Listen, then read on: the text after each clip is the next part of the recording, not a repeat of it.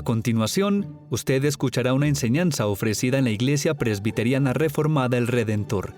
Si desea edificarse con más contenidos, visite nuestro sitio web www.iglesiaelredentor.com o encuéntrenos en Spotify como Iglesia El Redentor. Se seca la hierba, se marchita la flor, pero la palabra de Dios permanece para siempre.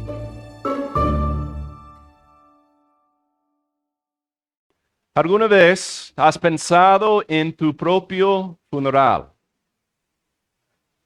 ¿Has pensado en lo que se diría durante el servicio, durante el funeral? ¿Has pensado en el sermón, el mensaje durante el funeral? Normalmente no pensamos en esas cosas, ¿no? Porque tenemos la tendencia de pensar, yo no voy a estar presente, entonces, bueno, ellos pueden hacer lo que quieran. Y por una parte es cierto, un funeral no es para la persona quien ha fallecido, sino el funeral es para la gloria de Dios, es para dar gracias a Dios por la vida de esa persona, pero sobre todo es para la gloria de Dios, el Creador y el Redentor de todo. Pero pensemos por un momento en esas preguntas. ¿Qué te gustaría que se dijera o que se predicara durante tu propio funeral? Y vamos a ir a un poquito más lejos en la pregunta. Si tuvieras que predicar o escribir el sermón de tu propio funeral, ¿qué escribirías? Hoy vamos a continuar en esta serie. Es una serie basada en las 7 declaraciones yo soy de Jesús que encontramos en el Evangelio de Juan. Y ahora nos encontramos en la 6ª declaración, que realmente, como les he dicho, hay 3 aquí, pero es la 6ª declaración de Jesús, donde Él dice que yo soy el camino, la verdad y la vida. Y probablemente esta es la declaración yo soy de Jesús que es más citada que las otras. Porque realmente es un buen sticker para choques del carro, ¿no? O sería un buen tatuaje también. Esas palabras de Jesús. O también podría ser una buena publicidad en Instagram, ¿no? Es un versículo y un dicho de Jesús bien conocido. Pero en muchos casos no tomamos el tiempo para considerar lo que Jesús realmente está diciendo en esta declaración. Y eso es lo que vamos a ver esta mañana. Pero primero tenemos que entender el contexto de esta declaración, porque el contexto es muy importante. Y porque no estamos pasando por todo el libro de Juan, versículo por versículo, es muy importante recordarnos del contexto de esta declaración. Es decir, que en los capítulos 13 al 18 del libro de Juan, estamos viendo la víspera de la cruz. Es la noche anterior. En menos de 24 horas, el Señor Jesucristo iba a morir. Y en esa noche ellos estaban celebrando la Pascua. Después de eso, Jesús iba a ir a Getsemaní para orar, para pasar la noche orando al Padre. Y esa misma noche también Jesús va a ser traicionado. Había llegado la hora para cumplir el propósito de su encarnación, de su vida. Entonces su muerte, la muerte de Jesús es inminente, menos de 24 horas. Pero ¿qué hizo Jesús en esa noche? Él seguía enseñando y predicando a sus discípulos. Y por eso podemos decir que Jesús, en estos capítulos, Jesús está predicando su propio funeral. Eso es el contexto. ¿Pero por qué? Porque Él está predicando su propio funeral. ¿Qué está haciendo a través de esta prédica, de este sermón? Él está cumpliendo cuál es el propósito de cualquier sermón o predica. Es consolar y exhortar. Eso es el propósito de Jesús esta noche. Mira el versículo 1 del pasaje que hemos leído. No se turbe su corazón. Crean en Dios, crean también en mí.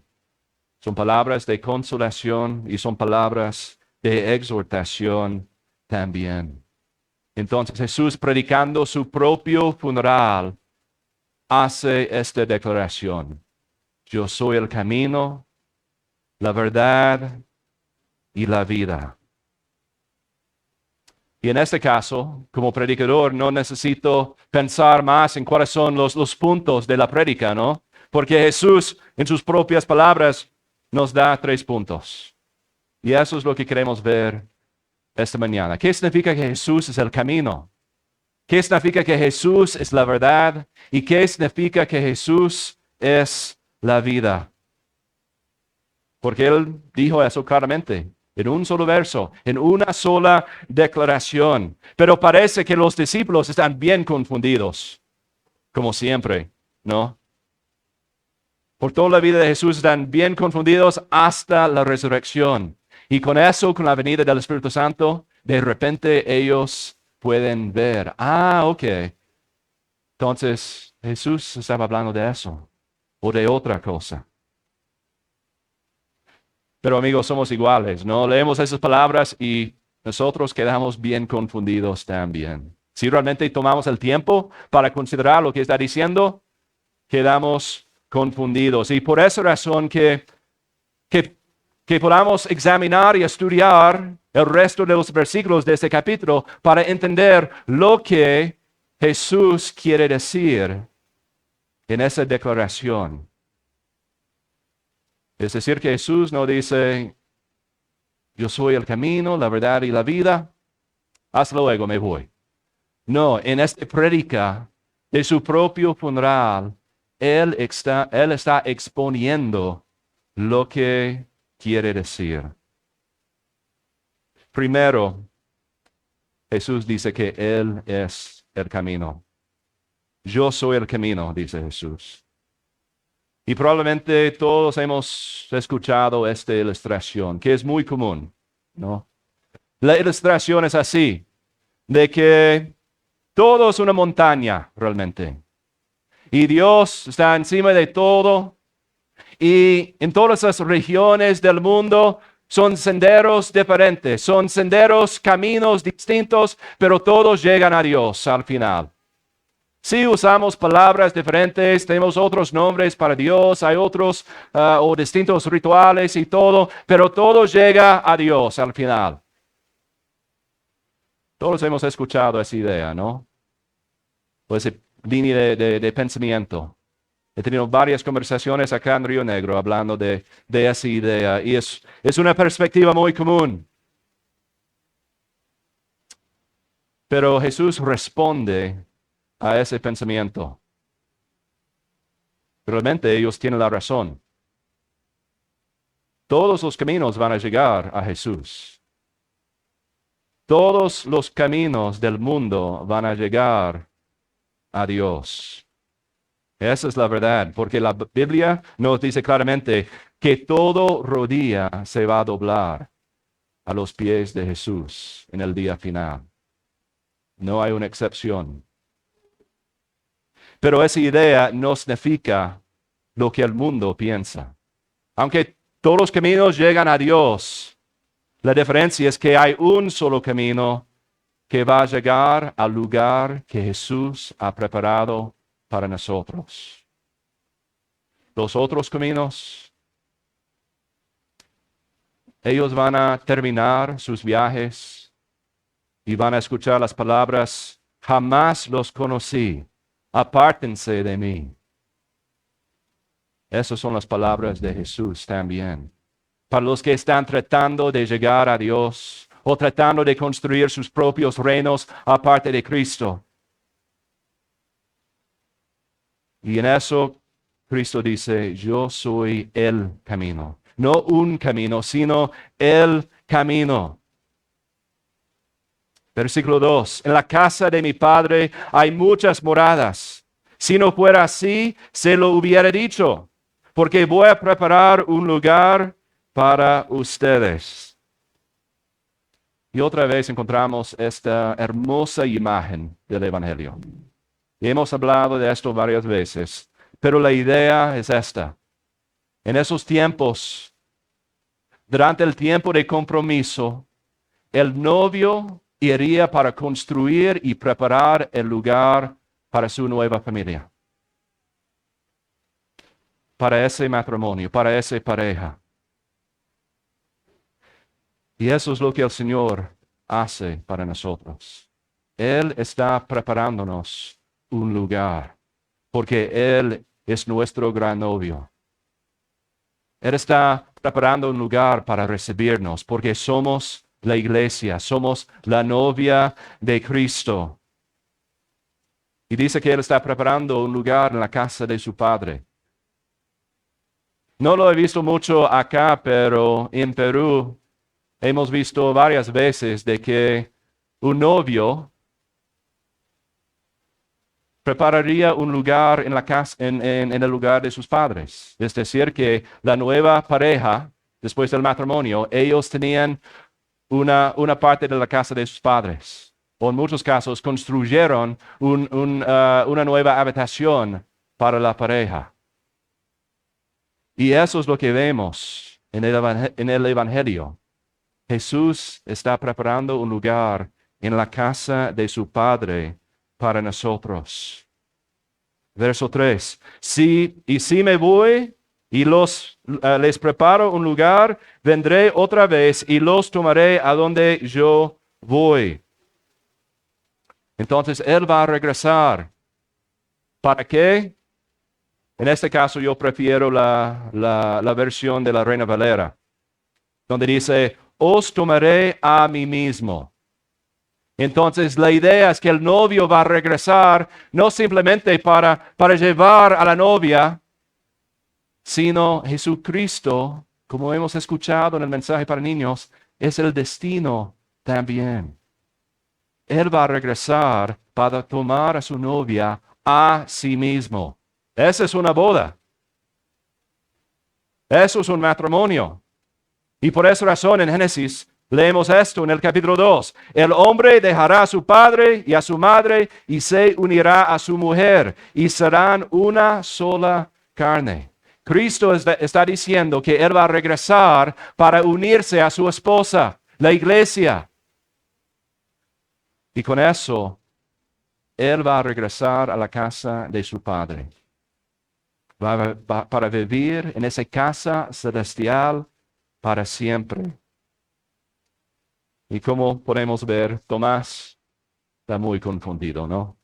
El versículo 5. Señor, si no sabemos a dónde vas, ¿cómo vamos a conocer el camino? Está muy confundido. Pero ¿qué está diciendo Jesús cuando Él dice, yo soy el camino? Llegaremos al Padre solamente por mí. No hay otro camino. La única manera para pasar por la puerta de la casa de mi Padre es por medio de mí. Específicamente es por un matrimonio, por una boda. Porque tienes que estar en mí para entrar a la casa de mi Padre. Porque yo y mi novia seremos una sola carne. Y vamos a entrar a esas puertas juntos, como un cuerpo. Es el único camino. Los 5 pilares de Islam no es el camino a la casa del Padre. Ni el sendero óctuple de budismo tampoco. No vas a llegar a la casa del Padre. Ni los rituales que inventamos como seres humanos. Ni es una absolución de un mero ser humano. No es el camino tampoco, sino el único camino para llegar a la casa del Padre es por el Hijo, es por Jesús, porque solo Jesús puede llevarnos hasta allí. Pero ¿cómo? ¿Cómo podemos estar unidos a Cristo? ¿Cómo podemos estar unidos a al novio para que podamos llegar a la casa de su padre por medio de la fe. Y eso es el segundo punto. Porque Jesús también dice, yo soy la verdad. Porque el mundo nos presenta con muchos caminos. Porque el mundo nos presenta con muchas verdades, entre comillas. Y eso es la manera del mundo desde Génesis 3, ¿no? ¿Qué es la pregunta del enemigo en el huerto? ¿Realmente Dios les dijo eso?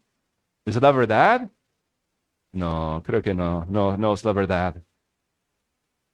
Y hoy es muy común en nuestra cultura también. Bueno, tú puedes tener tu verdad, yo tengo la mía y podemos vivir en paz. Y cada persona puede tener su propia verdad en esta vida. No hay una verdad absoluta, simplemente hay una verdad según cada persona. Es mentira porque en sí mismo también ese comentario está diciendo que hay una verdad absoluta. Y aún en unos capítulos del libro de Juan, Pilato va a hacer la misma pregunta. En el capítulo 18, 38 dice, ¿qué es la verdad? El mundo está buscando la verdad y está tratando de ofrecer varias opciones. Pero a pesar de la confusión, de la ignorancia, de la supresión de la verdad en este mundo, Cristo dice, yo soy la verdad. Y por eso la exhortación en esta prédica de Jesús es muy clara. Crean en Dios y crean también en mí. En Juan 14 encontramos la palabra creer 7 veces, en este capítulo nomás. En el libro de Juan encontramos la palabra creer 98 veces. En el propósito de este evangelio también encontramos esa idea.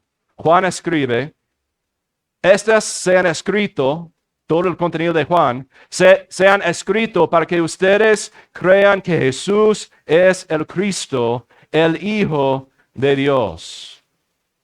Y esa palabra creer es la misma palabra, pero en una forma de un verbo, de la palabra fe. Entonces, cuando leemos esa palabra creer, es poner fe, es tener fe en algo. Y la realidad y la verdad es que todos tenemos fe en algo. Que seas ateo, agnóstico, cristiano, musulmán, todos tenemos fe en algo. Es inevitable, es imposible no tener fe en algo. Podemos poner nuestra fe en lo que podemos tocar y ver, oír. Podemos poner nuestra fe en lo que dicen otras personas, pero todos tenemos fe en algo. No es evitable. Ponemos fe en lo que declaramos que es la verdad. Y con eso también Felipe, otro apóstol, está muy confundido en el versículo 8. Señor, muéstranos el Padre y nos basta. ¿Qué está diciendo? Señor, necesito un poquito más prueba. Estás diciendo esas cosas que son muy raras. No entiendo lo que estás diciendo, entonces muéstranos el Padre y eso sería suficiente. Creo que podemos identificarnos con Tomás, ¿no? Siempre queremos un poquito más prueba porque nuestra fe es débil. Queremos ver, experimentar un poquito más. Y Jesús responde a esa idea. En los versículos 8 al 11. Y para parafrasear lo que él está diciendo, Jesús les dijo a los discípulos, mis amigos, mis hermanos, si me han visto a mí, ya has visto al Padre. No hay otra prueba que sería suficiente. Porque el Padre está dentro de mí y yo estoy dentro del Padre. Otra vez Jesús está declarando su divinidad, que Él y el Padre son iguales.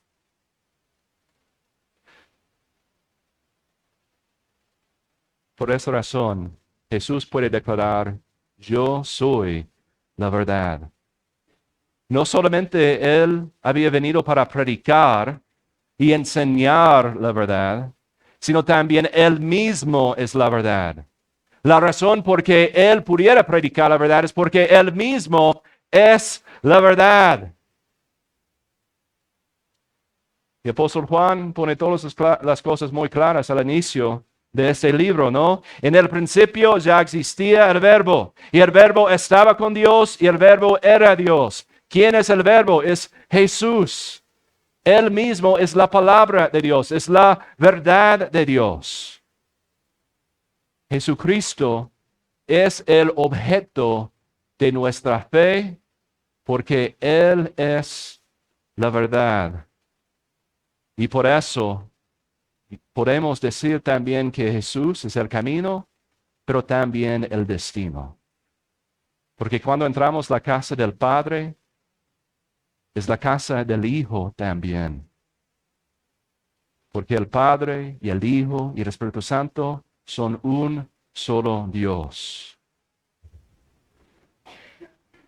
Y en este caso, en esta prédica de Jesús encontramos de que esta verdad no es solamente algo en lo que podemos creer, sino también es algo que podemos conocer. Y hay una gran diferencia entre los dos, ¿no? Pero ¿cómo podemos no solamente creer, sino conocer la verdad como una persona, personalmente, en una relación? ¿Cómo podemos conocer la verdad? Y Jesús responde a esa pregunta también, los versículos 16 y 17 de este capítulo, que está en la otra página. Entonces, Jesús está hablando, entonces yo rogaré al Padre, y Él les dará otro consolador, el Espíritu Santo, para que esté con ustedes para siempre, es decir, el Espíritu de verdad, a quien el mundo no puede recibir, porque ni lo ve ni lo conoce. Pero ustedes, si lo conocen, porque mora con ustedes y estará en ustedes. También el capítulo 15, el versículo 26, captura la misma idea. Cuando venga el Consolador, el Espíritu Santo, a quien yo enviaré del Padre, es decir, el Espíritu de verdad que procede del Padre, Él dará testimonio de mí. ¿Cómo podemos creer? ¿Cómo podemos conocer la verdad? Es por la obra del Espíritu Santo. Aparte de la obra del Espíritu Santo, es imposible creer y conocer la verdad. Es imposible creer y conocer a Jesús. Y esa es la obra del Espíritu Santo. Eso es el don del Espíritu Santo. El don de la fe es lo que recibimos de Él por su gracia, por su misericordia.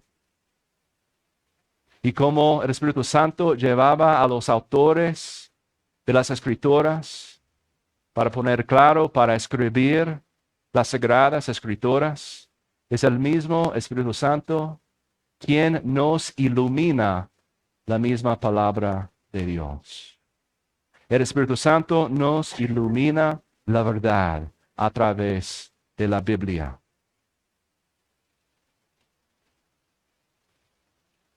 Entonces, Cristo Jesús es el camino.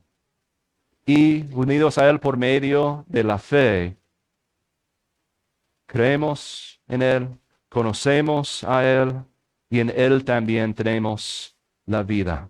Y esto es el último punto que vamos a ver esta mañana. Jesús dice, yo soy la vida.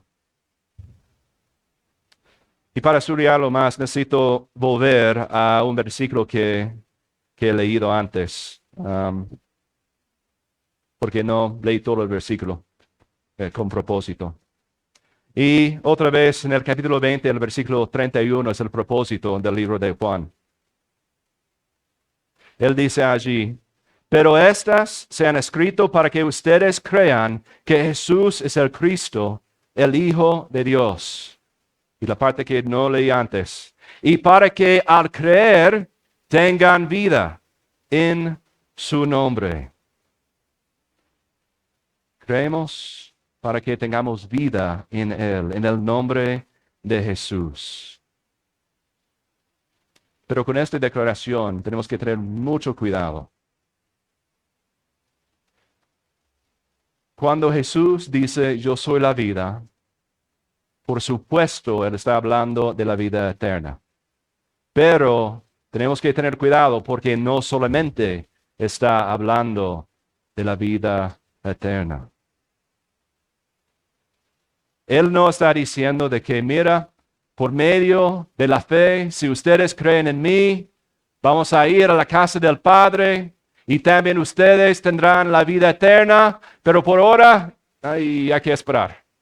Ya entonces, ya estás en el mundo, ya estás viviendo en esta época, en esta etapa, entonces trata de estar ocupado, pero mientras tanto solamente tenemos que esperar. Jesús no está diciendo eso. Cuando Él dice que yo soy la vida, está diciendo que nosotros tenemos vida ahora, en este mundo. La vida eterna empieza hoy. No con la muerte, ni con la resurrección, sino la vida empieza hoy. Pero si eso es cierto, deberíamos verlo en el texto, ¿no? En ese sermón de Jesús. Y eso es exactamente lo que vemos en el texto. Primero, el versículo 12. En verdad les digo, el que cree, el que tiene fe en mí, las obras que cree en mí, las obras que yo hago, Él les hará también, y aún mayores que estas hará. El versículo 15. Si ustedes me aman, guardarán mis mandamientos.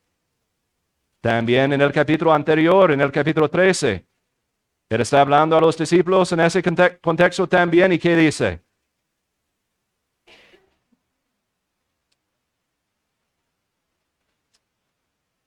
Un mandamiento nuevo les doy, que se amen los unos a los otros, que como yo los he amado, así también se amen los unos a los otros. Y en esto conocerán todos que son mis discípulos, si se tienen amor los unos a los otros. ¿Qué significa que estamos viviendo la vida eterna hoy? Significa que estamos obedeciendo a nuestro Señor. Eso es el fruto de todo. Por la gracia, la misericordia de Dios, somos salvos. Tenemos la promesa que Él va a regresar para llevarnos a la casa de su Padre, que es su casa también. Y esa unión con Cristo es por medio de la fe, por creer en la verdad, que Jesús mismo es la verdad. Y eso produce ¿qué? Que sí, vamos a tener la vida eterna, viviendo, disfrutando la presencia de nuestro Señor para siempre, pero empieza hoy, porque ponemos en práctica la verdad de nuestro Señor. Específicamente el amor que Él nos ha mostrado. Eso es el fruto de alguien que cree en el Señor Jesucristo como Señor y Salvador. La vida eterna que empieza hoy, buscamos la obediencia, pero no es para ganar su amor, porque ya lo tenemos en Él, por medio de la fe. Sino es precisamente porque sabemos que tenemos la vida eterna, porque deberíamos obedecerle a Él. Y también lo que encontramos ahí en las palabras de Jesús es de que nosotros viviendo en la obediencia, el fruto de nuestra salvación y redención, también da testimonio a los demás.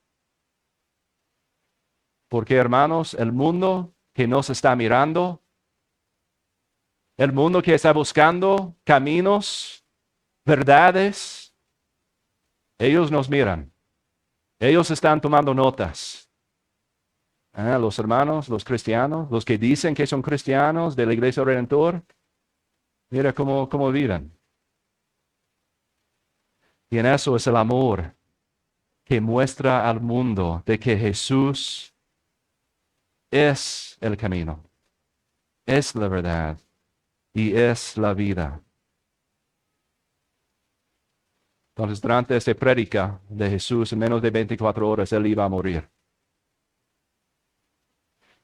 Él iba a sufrir en la cruz y ser sacrificado en nuestro lugar.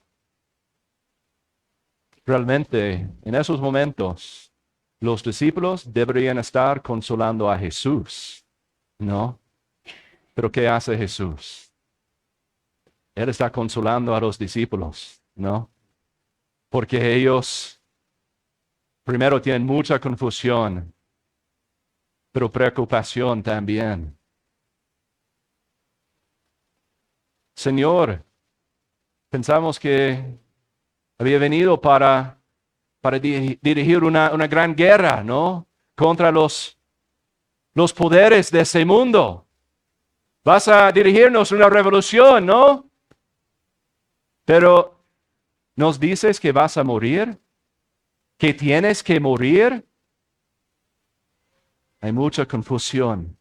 Hay necesidad para la consolación en los corazones de los discipulados. Y eso es exactamente lo que hizo Jesús. Quería consolar y exhortar a sus discípulos. Y para terminar, quiero mencionar dos cosas, porque realmente yo no pude decidir en una u otra conclusión, entonces voy a darles las dos. Primero, tenemos que recordar de que esta declaración de Jesús viene después de dos historias importantes. Primero, la historia de Judas, ¿no? El Señor le dijo que Él iba a traicionarle. Pero también es la historia de Pedro. Jesús le dijo a Pedro, me vas a negar 3 veces. Entonces los dos habían traicionado a Jesús realmente. Pero ¿qué marca la diferencia entre los dos? Cuando Judas escuchó esas palabras, él salió. Él no quería enfrentarse con esa realidad, la realidad de su propio corazón, de que él estaba buscando un camino, una verdad, la vida en otras cosas. Entonces salió de la presencia de Jesús. Pero ¿qué hizo Pedro?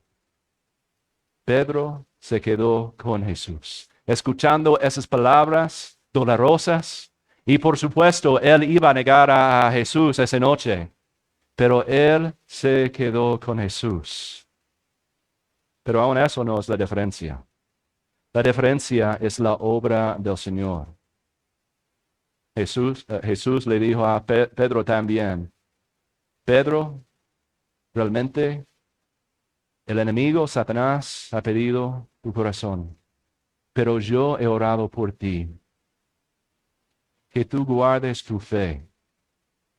Y eso es antes de la advertencia de Jesús, ¿no? Y Pedro traicionó, negó a Jesús, pero después de eso, lo que encontramos es su arrepentimiento, su restauración por la misericordia de Jesús. Y eso es lo que vemos, hermanos, en esas dos historias. Judas quería seguir otro camino, buscar otra verdad y disfrutar de otra vida. Pero Pedro, él seguía por la misericordia y la obra de Jesús en el camino, en la verdad, en la vida. Y realmente la parte más difícil, en mi opinión, del ministerio pastoral es tratar de oficiar o dirigir un funeral de un no cristiano. Es muy incómodo realmente. porque uno está hablando con la familia, tratando de buscar, no sé, cosas de alegría de la vida de esa persona, de historias muy felices de esa persona, pero siempre hay un elefante en la sala. Nadie quiere hablar de eso. Y mucho menos, yo no quiero predicar durante un funeral de que Cristo es muy claro, que Él es el único camino, la verdad y la vida. Y es muy difícil. Pero al contrario, en el funeral de un cristiano, de un creyente, sí es difícil, pero es algo agridulce, porque sabemos que esa persona sigue en el camino, sigue en la verdad, sigue en la vida en Cristo. Y hermanos, esa es la exhortación que encontramos esta mañana en el texto. Cuando Jesús hace esa declaración, no es un buffet. No es que, sí, yo tomo a Jesús como el camino, pero cuanto a la verdad, cuanto a la vida, no, prefiero hacer mis propias cosas. No, Él está diciendo de que Jesús es todo. Si crees en eso o no, si sigues en el camino o no, si tienes vida o no, no hay otras opciones. Entonces, todos los que están aquí presentes, esa es el llamado, esa es la exhortación y también la consolación. En Cristo hay un camino, hay la verdad y hay la vida. Por eso la exhortación es que sigamos a Él, que creamos a Él y que tengamos esa vida ahora en Cristo. Amén.